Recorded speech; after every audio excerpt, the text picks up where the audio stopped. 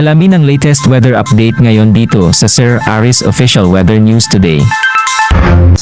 Itong mga makakapal na kaulapan na kasalukuyang umiiral dito sa area ng Visayas at Mindanao at sa eastern section ng Luzon. Una, itong epekto ng shear line o yung convergence ng mainit at malamig na hangin ang dudulot ng mga kaulapan dito sa bahagi na extreme northern Luzon. Dahil naman sa easterlies o yung mainit na hangin galing sa karatang Pasipiko, asahan natin ito makalat-kalat at pagulan. Dami pagkulo at pagkidlat dito sa buong Visayas, Bicol Region, sa bahagi ng Quezon, Aurora at Isabela. So buong Visayas at eastern section ng Luzon dahil sa easterlies, asahan natin ang mga kaulapan at pagpulan ngayong hapon hanggang bukas. Dahil naman dito sa Intertropical Convergence Zone o yung ITCZ, ito naman yung salubungan ng hangin na galing mula sa northern at southern hemisphere, asahan rin natin itong mga kaulapan at pagpulan sa malaking bahagi ng Mindanao.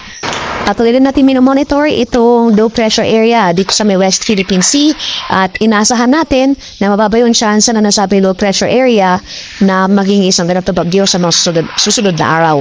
Itong sirkulasyon o itong weather disturbance na ito, wala na tayo inaasang magiging direktang epekto sa bahagi nating bansa sa mga susunod na araw. At para naman sa magiging lagay na ating panahon na bukas dito sa Luzon, dahil nga sa epekto ng shear line, makakaranas pa rin tayo ng mga pagulan dito sa bahagi ng Batanes at Cagayan, kabila na dyan ang Bubuyan Islands. Dito naman sa eastern section of Luzon, sa mga lalawigan ng Isabela, Aurora, Quezon at buong Kabikulan, dahil naman sa easterlies, mataas sa tsansa ng mga kaulapan at pagulan ang ating inasahan. For Metro Manila and the rest of Luzon, dahil nga kumina na yung epekto ng amihan sa malaking bahagi ng Luzon, makakaranas muli tayo ng mainit at malisangang panahon bukas, maliwalas sa panahon simula umaga hanggang sa tanghali, pero pagsapit ng late afternoon to evening, nandyan pa rin yung mga tsansa ng mga biglaan at panandaliang buhos na ulan na dulot ng localized thunderstorms. Sa area sa ng Palawan, Visayas at sa Mindanao, dahil rin sa easterlies, buong Visayas, makakaranas ng mataas na chance ng mga kaulapan at pagulan. Samantala, itong itong central and eastern sections of Mindanao, makakaranas rin ng mga kalat-kalat at pagulan, pagulo at pagkilat, dulot naman yan na ITCZ. Pero improving weather conditions na ating mararanasan dito sa area ng Zamboanga Peninsula. Fair weather conditions na rin natin inaasahan dito sa bahagi ng Palawan, pero itong Palawan at Western Mindanao dyan prima chance ng localized thunderstorms.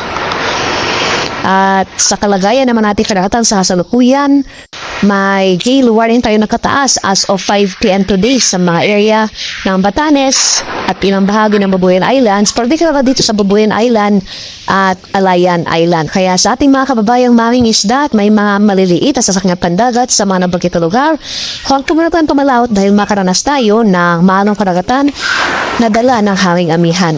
Iba yung pag-ingat rin sa ating mga kababayan na maglalayag, especially dito sa rest of northern Luzon, dahil inasahan natin dyan itong moderate to rough sea conditions. Ito yung katamtaman hanggang sa maalong karagatan.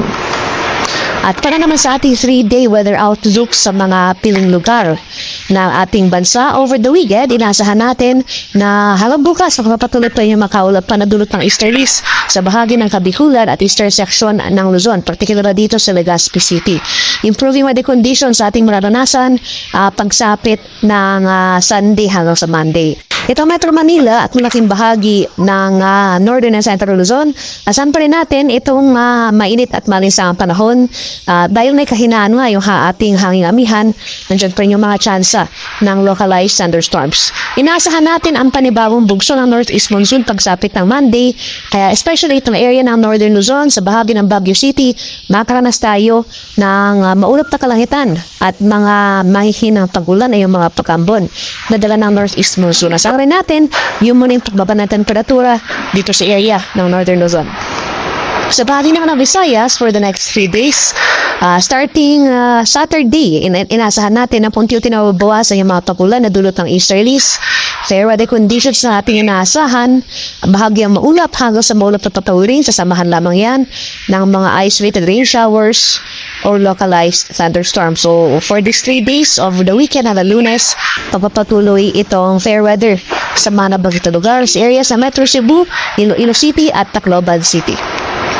Sa bahagi naman ng Mindanao sa susunod na 3 araw or over the weekend hanggang sa Lunes, pababawasan na rin mga pagulan dulot na dulot na ITCZ sa area sa Metro Davao, Caliandoro City at Zamboanga City. Bagyong maulap hanggang sa maulap at papawiling sa samahan lamang yan ng mga biglaan at panandariang pagulan na dala ng thunderstorms. At sa kasalukuyan, wala pa naman tayo binabantay ang low pressure area o namang sama ng panahon na maaaring makaapekto sa ating bansa sa mga susunod araw. Kaya mainit at malis ang panahon muli ang ating inaasahan sa malaking bahagi ng Mindanao. Magdala pa rin tayo ng pananggalang sa ulan dahil nandiyan pa rin yung mga tsansa ng late afternoon to evening thunderstorms.